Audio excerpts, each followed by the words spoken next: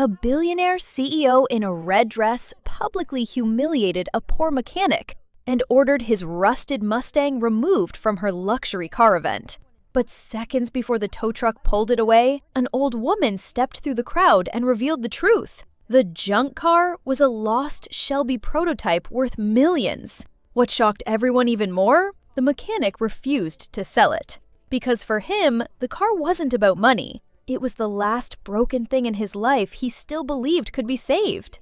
Before we begin, share where you're watching from. And if this story stirs something in you, subscribe for more stories of honor, sacrifice. Your support truly means the world. Cold rain drifted across Charleston Harbor, while the old shipyard district disappeared beneath a gray Atlantic fog that smelled faintly of rust, saltwater, and diesel fuel. Daniel Harper had lived beside that smell for almost 15 years. At 41, he carried himself like a man older than he really was, broad-shouldered and heavy-handed from decades of lifting engines and cutting warped steel. His dark hair had started graying near the temples long before most men his age, and the rough beard covering his jaw hid an old scar beneath his chin from a motorcycle crash in his 20s. People who met Daniel for the first time usually thought he looked intimidating. They changed their minds after hearing him speak. He was quiet in the way exhausted people became quiet after life took too many things from them too early. His garage sat 3 streets from the harbor, squeezed between an abandoned seafood warehouse and a pawn shop that smelled permanently of cigarettes.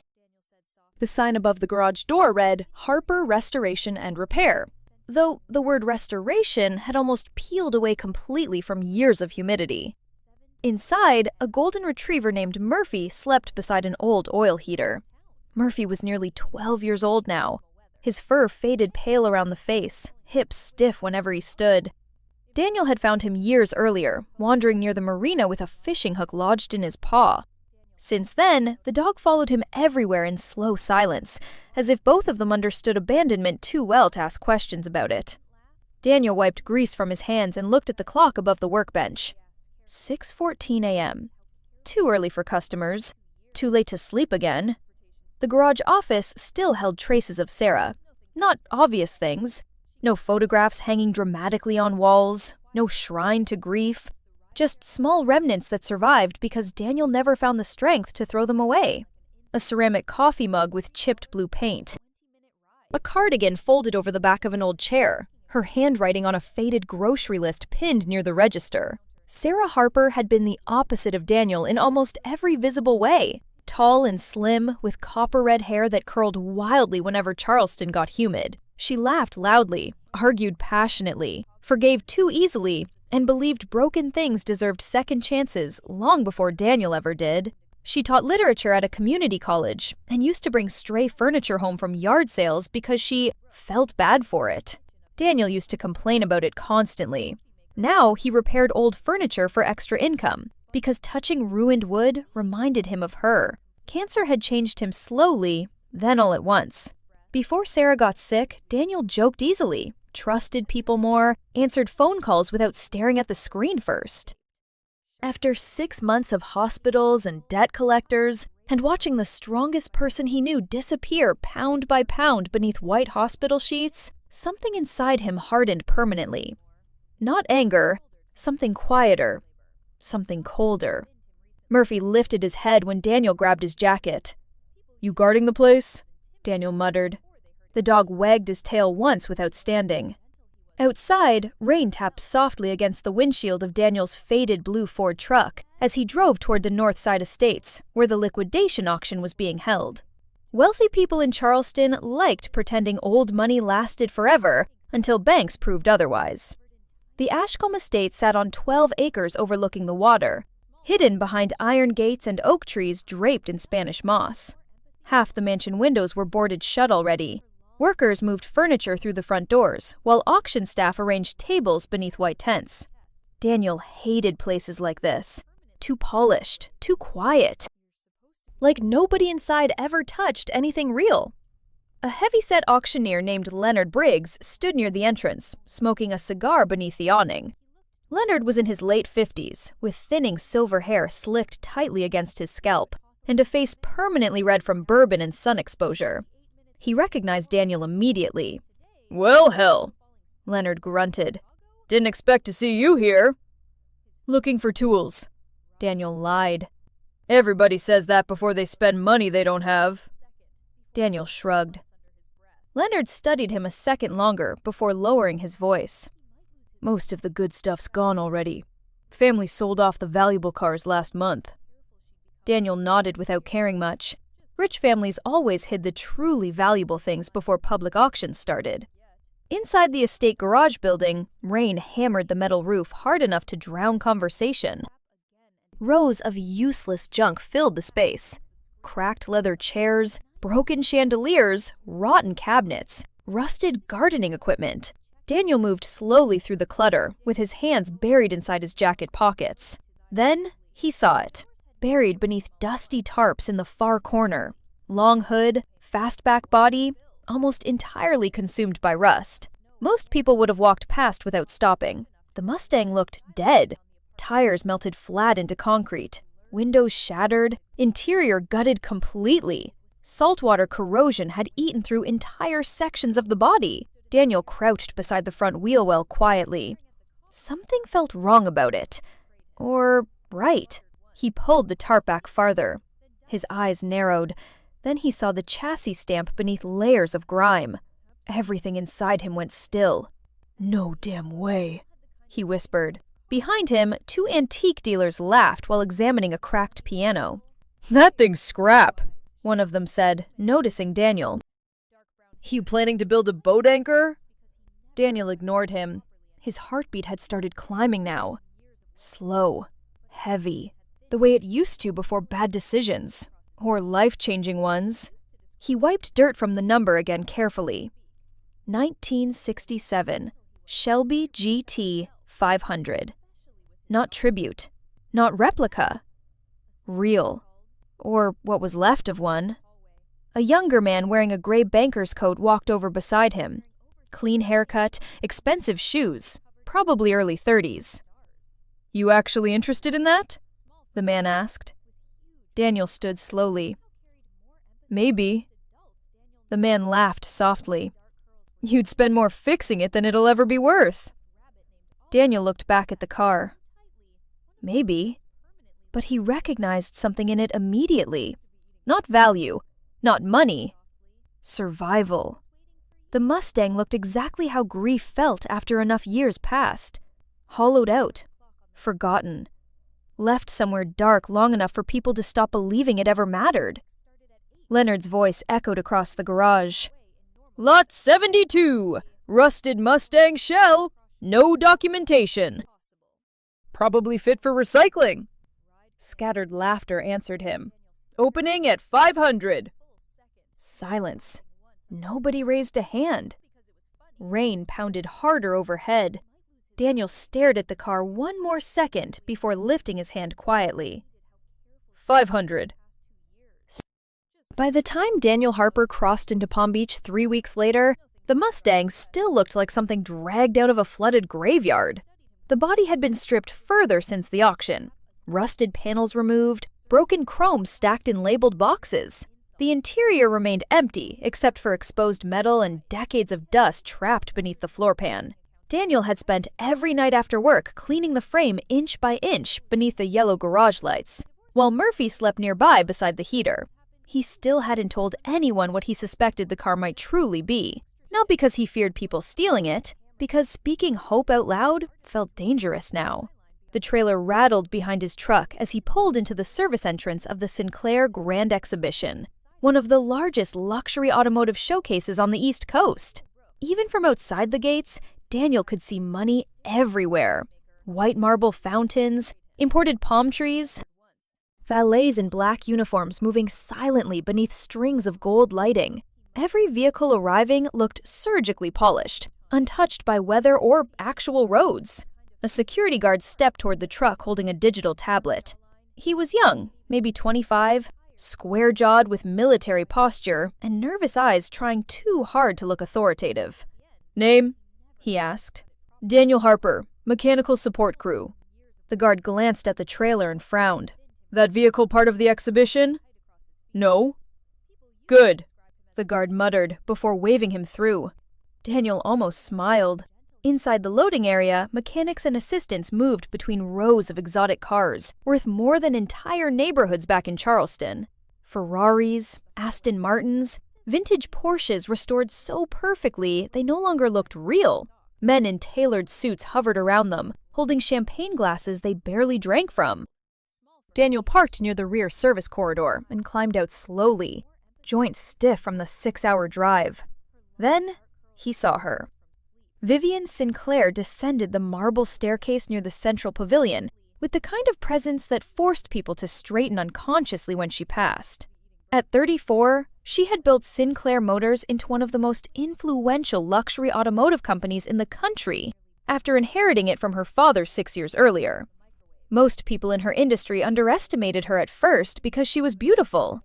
They stopped underestimating her after losing money to her. Vivian was tall, lean, and sharply composed, with dark brown hair cut just above her shoulders in a style precise enough to look expensive without appearing soft. Her face carried almost no warmth at rest. High cheekbones, focused gray eyes, controlled expressions. She wore a fitted red dress beneath a long cream-colored coat, despite the Florida heat, and somehow even the way she walked suggested impatience. People moved around Vivian carefully, not out of fear exactly, out of awareness, like standing too close to fire. A thin, older man hurried beside her, holding a folder against his chest. This was Arthur Vale, Sinclair's operations director. Nearly 60, balding, permanently anxious. Arthur had spent decades cleaning up problems for wealthy people, and now looked physically incapable of relaxing his shoulders. "The Monaco buyer arrives at 6, Arthur said quickly while walking beside her. "The press interview moved to the West Terrace and—" Vivian stopped walking. Her eyes had landed on Daniel's trailer, specifically the Mustang. For a second, she simply stared at it like she couldn't understand why something so ugly existed within visible distance of her event. "What is that?" she asked. Arthur adjusted his glasses nervously. "Probably maintenance overflow. I'll have it removed." "No," Vivian said quietly. "I'm asking him." Daniel wiped his hands on a rag as she approached. Up close, she looked even more composed. The kind of woman who probably never rushed, never stumbled, never let people see uncertainty. But she also looked tired. Not physically, internally. Like someone who spent too many years proving herself to rooms full of men waiting for her to fail. "That yours?" she asked, nodding toward the Mustang. "Yeah." Vivian studied the exposed rust along the frame. "Why is it here?" "I'm transporting it north after the event." "You're transporting scrap metal through a $7 million exhibition?" Daniel shrugged once. "Wasn't aware the parking lot had standards." Arthur coughed softly behind her, clearly horrified. Vivian ignored him. "This event took 11 months to organize. We have collectors flying in from Dubai, Milan, Tokyo." "Every vehicle here was selected carefully." Daniel glanced around at the polished supercars. "Looks exhausting." That caught her off guard, just briefly. "You don't care much about cars like these, do you?" she asked. "I care about cars people actually touch." Something in his answer irritated her immediately. Not because it was rude, because it sounded honest. Vivian stepped closer to the Mustang and looked through the empty driver's side opening. "There's barely anything left." "Still enough." "For what?" Daniel met her eyes finally. "Depends what you know how to look at." Silence settled between them. Arthur shifted awkwardly nearby, while staff members pretended not to listen. Vivian crossed her arms slowly. "You know, most men spend 5 minutes around me trying to impress me." Daniel looked back toward the truck. "Sounds tiring."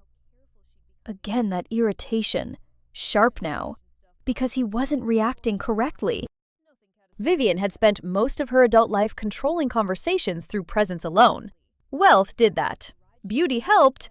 Power finished the job. But Daniel spoke to her the same way he'd speak to a cashier at a gas station. Equal, unaffected. It unsettled her more than arrogance ever could. "You need to move it," she said finally. "After unloading equipment." "Now!" Daniel stared at her a moment. Rain clouds gathered over the distant coastline beyond the pavilion windows, turning the evening light gray-blue. Then he nodded once. Fine. No argument, no anger. That bothered her even more. As Daniel reached for the trailer hitch, Vivian noticed his hands. Scarred knuckles, burn marks near the wrist, fingernails permanently stained by grease no matter how much they'd been scrubbed. Working hands. Her father used to have hands like that before money changed him. The thought appeared suddenly enough to annoy her. "You restored it yourself?" she asked before she could stop herself. Trying to. Vivian glanced at the Mustang again. Why? Daniel paused beside the trailer. For a second, his expression changed. Not softer, but farther away somehow. Then he said quietly, "Because some things deserve another chance before people bury them." Arthur checked his watch nervously. Miss Sinclair, the investors are waiting. Vivian didn't answer immediately. She kept looking at Daniel, at the ruined Mustang, at the strange calm in a man who clearly had less money than almost everyone working the event, but somehow seemed less desperate than any of them. Then she stepped back. "Move it before guests arrive," she said coldly. Daniel nodded again, but as Vivian walked away across the marble floor, she couldn't shake the feeling that she had just missed something important without understanding what it was. And Daniel, watching her disappear into the golden crowd of wealthy collectors and polished machines, realized she looked exactly like the kind of person who had spent her entire life surrounded by beautiful things without ever learning how to recognize value. The rain started just before sunset. Not heavy enough to stop the exhibition, only enough to turn the marble courtyard slick beneath the lights and send guests drifting under the glass pavilion with their champagne glasses and expensive shoes. Music floated softly through hidden speakers, while photographers moved between collectors like insects hunting reactions. Daniel Harper stood near the service corridor, tightening straps around the Mustang's frame, when two security workers approached his trailer. One of them was the same young guard from earlier. The second was older, broad across the chest, with shaved gray hair and tired eyes that suggested decades spent removing problems for rich people without asking questions. His name tag read Collins. "Sir," Collins said carefully, "we need the vehicle moved off property." Daniel kept working. "I'm leaving after unload." "That's changed." Daniel looked up slowly. Behind them, Vivian Sinclair stood near the pavilion entrance beneath the golden lights. Her cream coat was gone now, leaving only the dark red dress that drew attention every time she moved through the crowd. She looked composed from a distance, but Daniel noticed the tension in her posture immediately.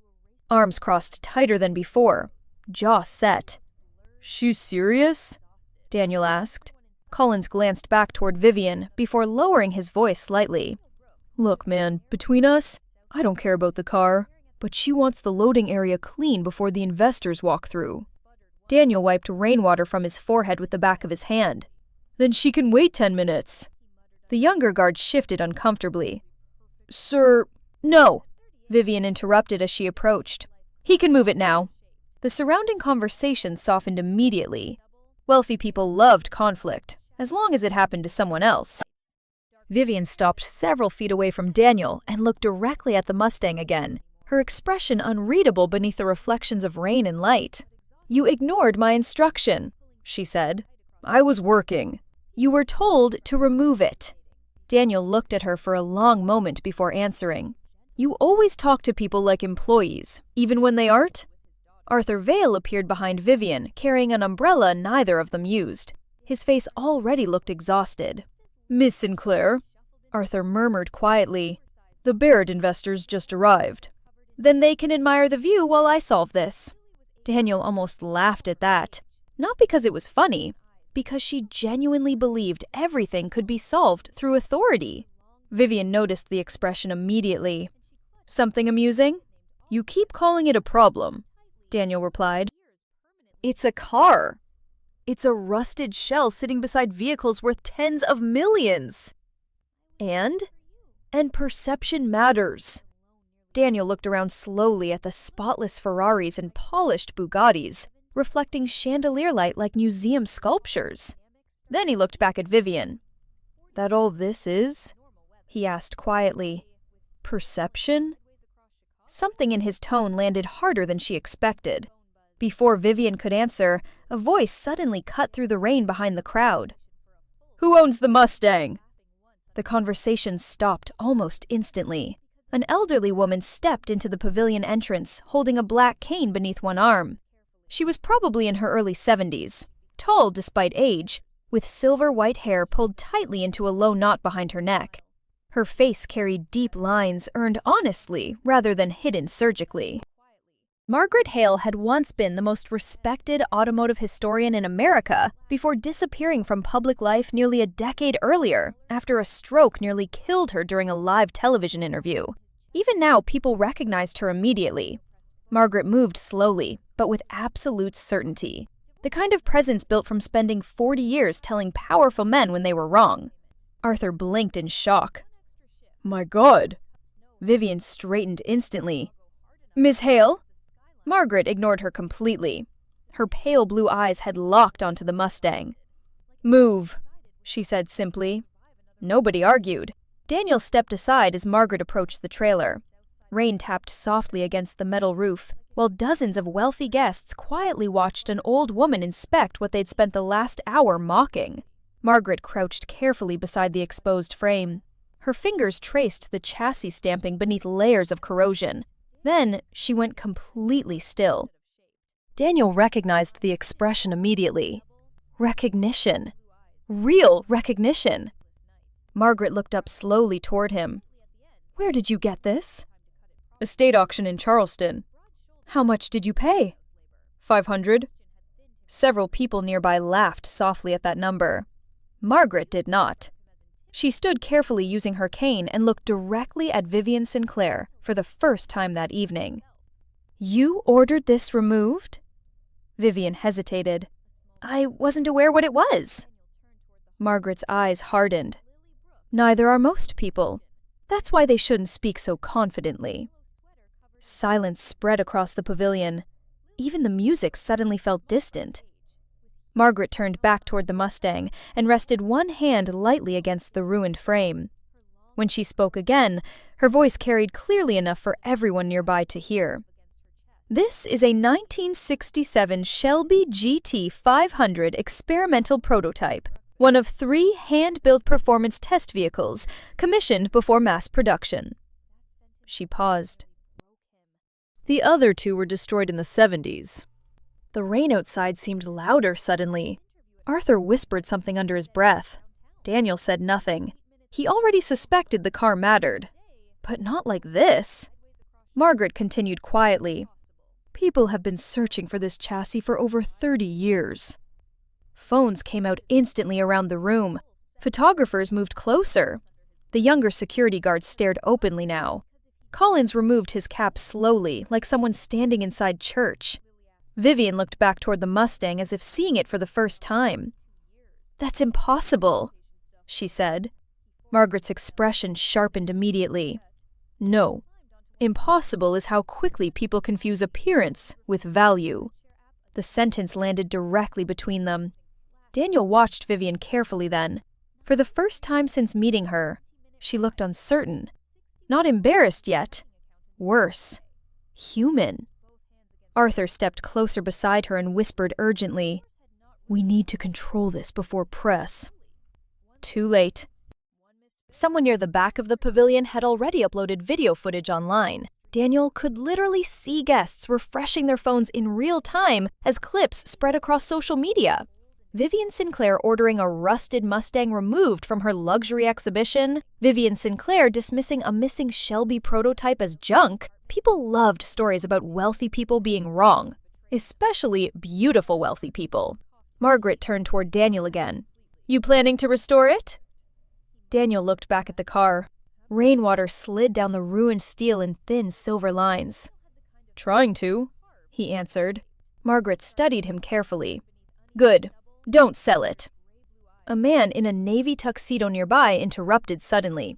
Sir, if that truly is the Hale prototype chassis, I'd offer $2 million tonight. Another voice answered immediately behind him. 3. The crowd shifted instantly now. excitement, greed, attention. Daniel barely heard any of it. Because Vivian Sinclair was still staring at the Mustang with an expression that looked dangerously close to shame. And somehow, that affected him more than the money did. Charleston felt smaller after the exhibition. Not physically, socially. Everywhere Daniel Harper went during the following weeks, somebody recognized him. At gas stations, hardware stores, coffee shops near the harbor, men who had never touched an engine in their lives suddenly wanted to discuss classic cars with him like old friends. The video spread faster than Daniel understood. Vivian Sinclair standing beside the rusted Mustang beneath the pavilion lights, Margaret Hale correcting her in front of half the East Coast automotive elite. Millions of views within 3 days. People online turned it into something symbolic. The rich CEO who failed to recognize value, the mechanic who did. Daniel hated all of it. He hated strangers talking about his life like it belonged to them now. Inside the garage, Murphy barked once when Daniel rolled the Mustang back onto the lift platform. The old dog limped over slowly, nails scratching against concrete before settling beside the toolbox again with a tired grunt. "You're famous too now," Daniel muttered. Murphy sneezed. The garage phone rang constantly now. Collectors, journalists, investors, documentary crews. Most conversations lasted under 30 seconds before Daniel hung up. One caller refused to give up. By Thursday afternoon, a black Bentley stopped outside the garage, just as rain began dripping from the harbor clouds again. A tall man stepped out, wearing a charcoal overcoat despite the humidity. Mid-50s, athletic build softened slightly by expensive living. Silver beard trimmed perfectly along sharp cheekbones. His name was Victor Lang, though Daniel recognized him immediately from magazines. Billionaire collector. Owned one of the largest private automotive museums in Nevada. Victor walked into the garage, looking around with the calm confidence of someone unused to hearing no. "Mr. Harper," he said smoothly, extending a hand. "I'll be direct. I'd like to buy the Shelby." Daniel ignored the handshake. "Not for sale." Victor smiled patiently like teachers did with difficult children. "Everything is eventually for sale." "No." Victor stepped closer to the Mustang, studying the exposed frame. Unlike most wealthy collectors, he actually understood what he was looking at. "Margaret Hale believes this may be the last surviving GT 500 prototype chassis," Victor said quietly. "Do you understand what that means?" "Means people won't leave me alone." Victor laughed softly at that. "Fair enough." He reached inside his coat and removed a folded document. 2.8 million. Immediate transfer. No negotiations. Daniel didn't even look at the paper. Victor studied him more carefully now. "You're in debt," he said. "Medical collections, mortgage balance, business loans. Your son attends university in Savannah on partial scholarship." His tone remained calm. "You could erase all of that today." Daniel's expression darkened immediately. "Been reading about me?" When large amounts of money become involved, people gather information. "That's supposed to impress me?" "No," Victor answered honestly. "It's supposed to make you realistic." The garage fell silent, except for rain tapping against the roof. Victor glanced toward Murphy sleeping beside the heater. "You know what ruined most great collectors?" he asked. "Attachment. They convince themselves objects mean something spiritual." He looked back toward Daniel. "But objects don't love us back." Daniel stared at the Mustang quietly. Then he said, "Maybe not. But fixing something still matters." Victor sighed softly through his nose. "You really believe that?" "Yeah." "You think restoring this car changes your life?" Daniel shook his head once. "No. I think finishing something changes me." That answer seemed to genuinely confuse Victor. For the first time during the conversation, the billionaire had nothing prepared to say. Finally, he folded the paper again and slipped it back into his coat. "You'll regret refusing this." "Probably." Victor smiled faintly. "Interesting man." Then he left. That night, Daniel stayed in the garage until nearly midnight, stripping corrosion from the front suspension mounts, while old blues music played softly from a dusty radio near the workbench. His hands ached constantly now. So did his lower back. Restoration work wasn't romantic, the way wealthy collectors pretended it was. Mostly, it involved exhaustion, rust flakes in your eyes, and discovering expensive new problems every hour. The truth was becoming impossible to ignore. He didn't have enough money. Not even close. The next morning, a delivery truck arrived, carrying fabricated steel panels he never remembered ordering. Daniel frowned at the paperwork. Paid in full. No company information attached. 2 days later, another shipment arrived. Rare suspension components worth thousands. Paid already. Then an engine specialist from Jacksonville called, saying someone anonymously covered half the rebuild costs, if Daniel wanted the work done professionally. That was when he understood. And somehow, that realization made him angrier than the collectors did. 3 evenings later, Vivian Sinclair walked into the garage just after sunset. No red dress this time, no photographers. She wore fitted jeans, black boots, and a loose gray sweater beneath a rain-darkened leather jacket. Without the armor of wealth around her, she looked younger somehow. More tired, too. Her hair was tied loosely back instead of perfectly styled. Daniel noticed faint shadows beneath her eyes, like she hadn't slept well in days. Murphy lifted his head immediately. Vivian crouched slowly near the old dog. "Hey there."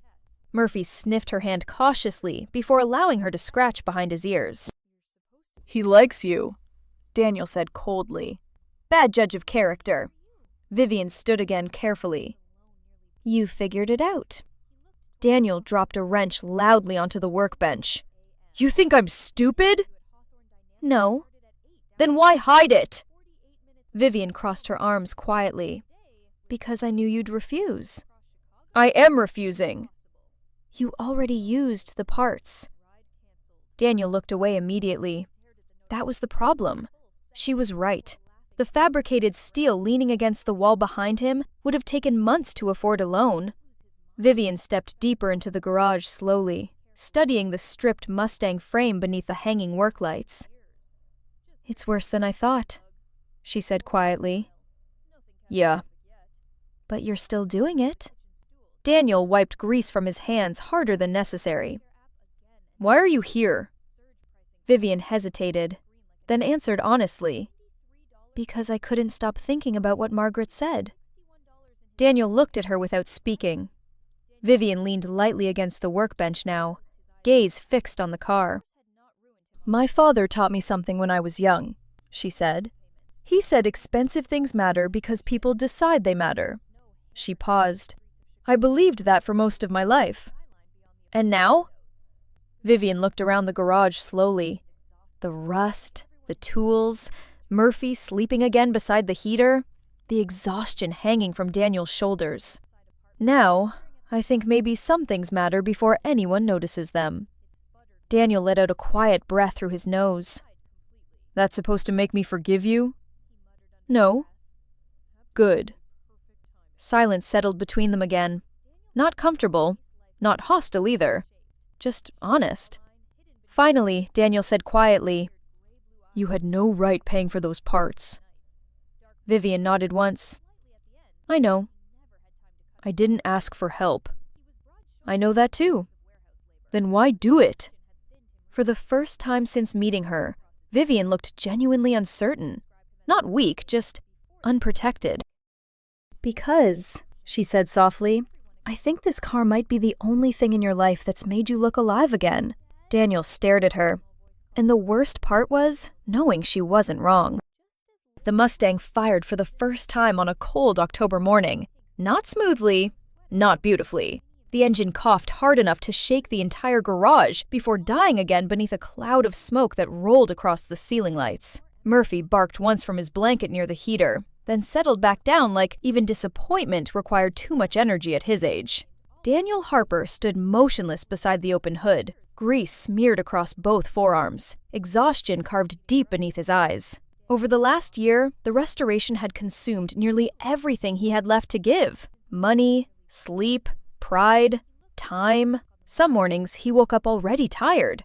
Some nights, he sat alone in the garage long after midnight, staring at unfinished metal, because going home meant sitting inside silence. The second ignition attempt lasted longer.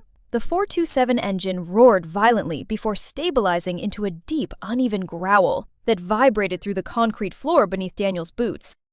For a moment, he just stood there listening. Not smiling, not celebrating, just listening. Because after a year of broken bolts, missing parts, arguments with suppliers, bloodied knuckles, and wondering whether he'd ruined the car entirely, the sound almost didn't feel real. Behind him came slow applause. Vivian Sinclair leaned against the garage doorway, holding 2 paper coffee cups beneath the gray morning light.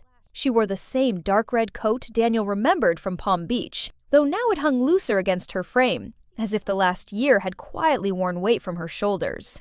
Her hair had grown slightly longer, darker near the roots, where she'd stopped maintaining perfection as obsessively as before.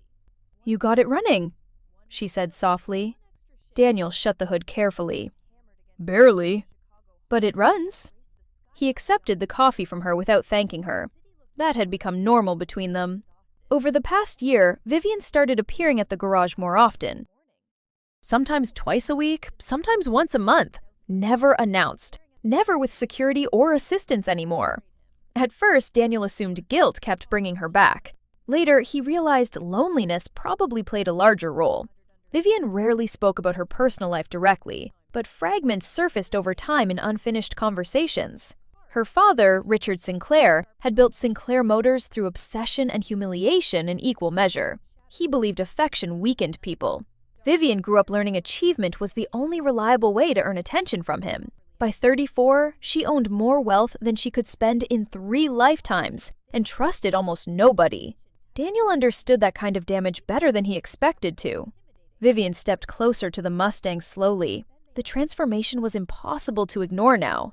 Deep, midnight blue paint stretched across the restored bodywork beneath the garage lights like dark water. Chrome trim reflected silver along the curves.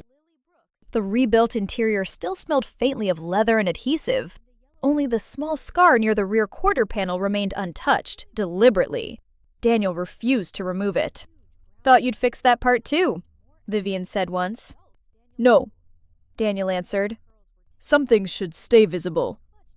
She never argued about it again. Murphy struggled slowly to his feet and wandered toward Vivian for attention. The old retriever had become thinner over the year, muzzle almost completely white now. Vivian crouched beside him automatically, scratching gently behind his ears. "He's getting old," she murmured. "So are we." That earned the smallest smile from her. Outside, the harbor wind rattled against the garage windows, while gulls circled above distant fishing boats. Charleston looked quieter this early, cleaner. Daniel grabbed the keys from the workbench. "Come on." Vivian frowned slightly. "Where?" "You'll see." 20 minutes later, the Mustang rolled slowly through empty harbor streets, beneath the pale blue light before sunrise. The engine sounded raw and mechanical, imperfect in a way modern cars never allowed themselves to be anymore. Vivian sat silently in the passenger seat, with one hand resting near the window, while cold air moved strands of dark hair across her face. People still recognized her occasionally, but less now. The internet had moved on months ago. New scandals, new outrage, new distractions. The world always forgot eventually. Daniel preferred it that way. "You know," Vivian said quietly as they stopped at a red light near the marina, "for a while, I thought finishing this would change everything." Daniel kept his eyes on the road. "Did it?" "No." She looked out the window. "Turns out you still wake up as yourself." He nodded once. "Yeah." That was the thing nobody explained about survival. You imagined reaching the other side of grief, success, failure, recovery, whatever mountain you climbed, and becoming someone new afterward. Usually, you were just the same person carrying different scars.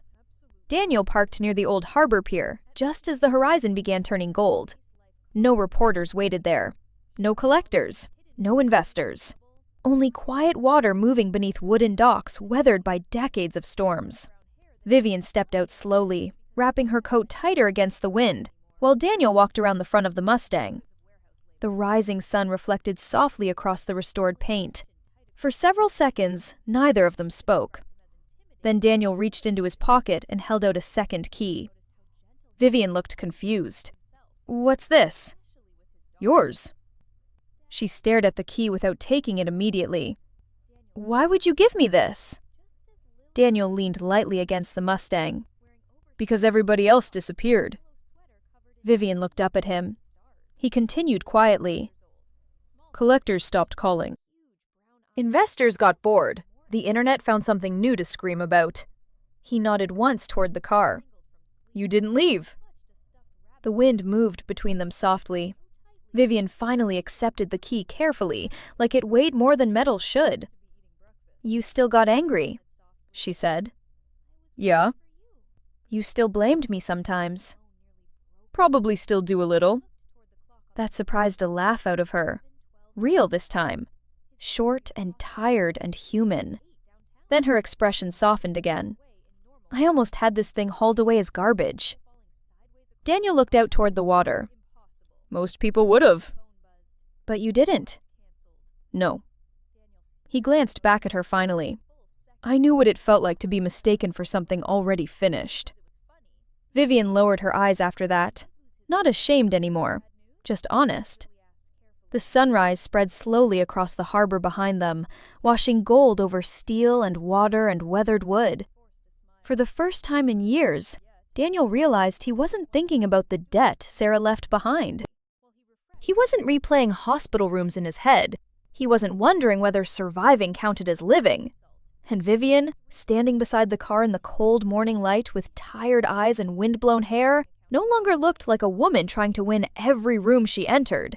Just someone exhausted from carrying herself alone too long. Neither of them spoke about love. Neither promised anything. But when Daniel looked at the Mustang one last time before starting the engine again, he understood something quietly important. You could not repair the past. But sometimes, fixing one broken thing carefully enough taught you how to keep living afterward. Sometimes, God doesn't send miracles the way we expect. Sometimes, He hides them inside broken people, forgotten dreams, and second chances nobody else believes in. If this story touched your heart, leave a comment about what you're still fighting for in life. Share this video with someone who needs hope today. Subscribe for more meaningful stories, and may God bless you, protect your family, and guide your path through every storm ahead.